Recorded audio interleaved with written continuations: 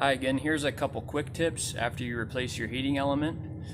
On the heating element I'm going to show you here today, you can actually disassemble the housing, put the new coil in, and then reassemble the housing.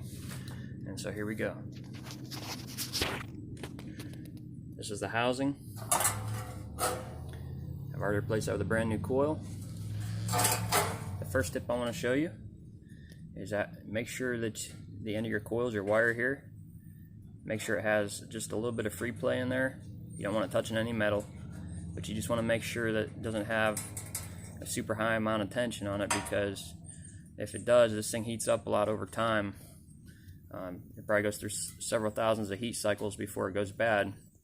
And if you have too much tension on these wires, when they're under that much heat, there's a better possibility that they're going to break sooner. The second tip I have is to make sure that your heating element isn't grounding itself out on the housing. You want to make sure that when you installed it, none of the coil itself was touching anything that could ground out. So take your multimeter, stick it on continuity.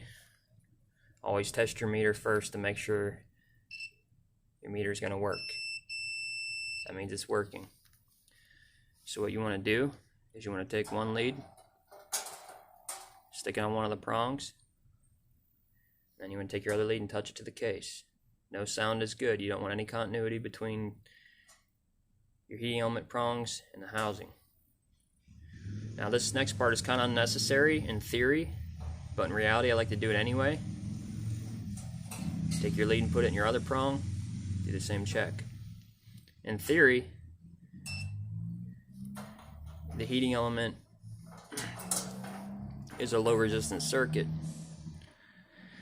So if one of these prongs were to have contact with the casing, then in theory they both would.